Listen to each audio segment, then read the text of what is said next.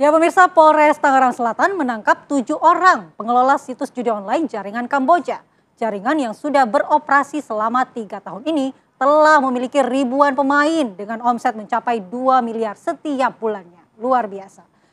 Dan ini adalah suasana petugas Satreskrim Kepolisian Polres Tangerang melakukan penggerebekan tempat situs judi online. Para pelaku hanya menundukkan kepala saat polisi berhasil membongkar tempat situs judi online.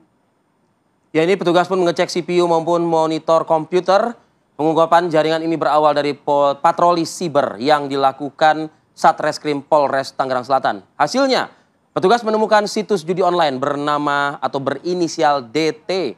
Dan setelah dilakukan pengembangan, petugas menangkap 7 orang pelaku di Ruko Puri Mansion, Kembangan, Jakarta Barat, 11 November 2024 lalu. 7 orang pelaku memiliki peran masing-masing dalam menjalankan situs judi online. Dari hasil keterangan pelaku diketahui jaringan ini memiliki 28.000 member atau pemain selama 3 tahun beroperasi dan mampu meraup keuntungan 2 miliar setiap bulannya. Malah 2 miliar mal setiap bulan. Wah, Pantas, sangat menggiurkan. memang sudah harus diberantas nih yang kayak gini ya, karena ya mencurigakan juga gitu ya kan.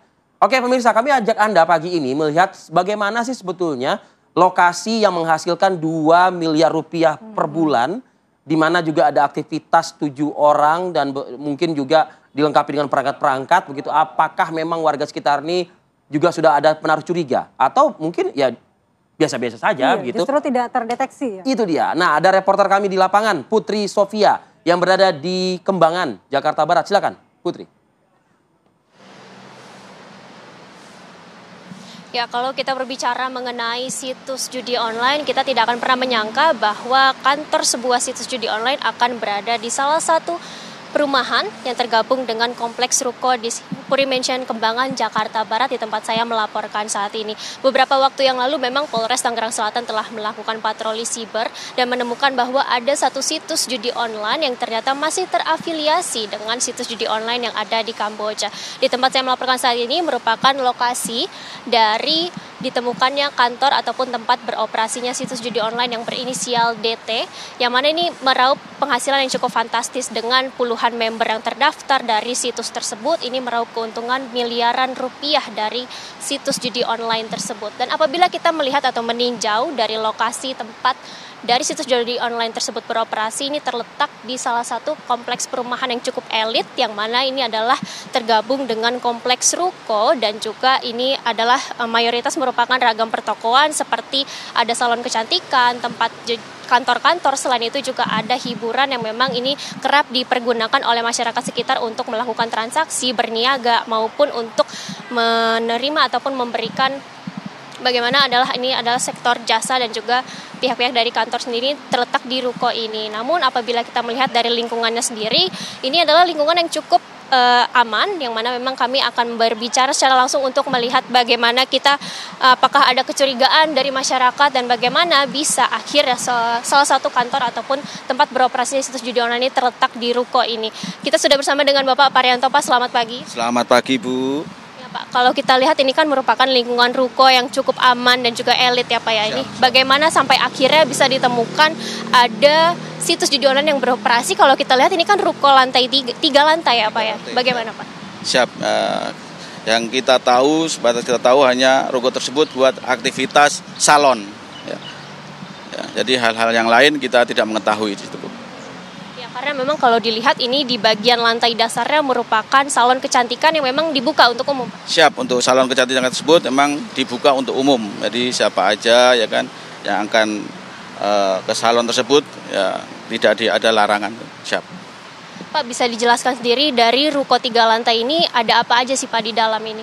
Siap, setahu yang kita tahu hanya aktivitasnya untuk salon sama tato aja, itu aja. Kalau dari informasi yang beredar ini, lantai 1 merupakan salon, lantai 2 adalah tato, dan lantai 3 apakah ada keterangan Pak? Tidak ada, yang tahu tuh bawah lantai 1 untuk salon, yang atas itu untuk tato. Jadi kita nggak tahu tuh tato itu di lantai berapanya, awalnya kita tidak tahu. Kalau dari proses penggerebekannya sendiri nih Pak, ini pihak kepolisian apakah langsung menyergap di ruko ini, langsung ke lantai 3 atau seperti apa? Oh tidak, waktu itu pihak dari Kepolisian Metro Tangerang Selatan melakukan koordinasi dengan pihak security bahwa akan ada penggerebekan di ruko Blok C nomor 5, cuma lokasinya ataupun lantainya belum ditentukan gitu. Setelah pasti baru kita diajak naik ke atas, ternyata aktivitas tersebut ada di lantai 3.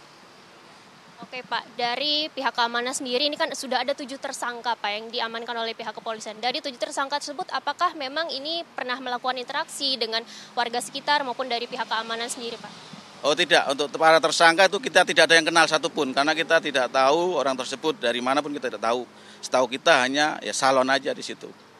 Jadi untuk prosesnya ini cukup tertutup ya Pak? Siap, sangat tertutup sekali. Baik, terima kasih banyak Pak atas keterangannya.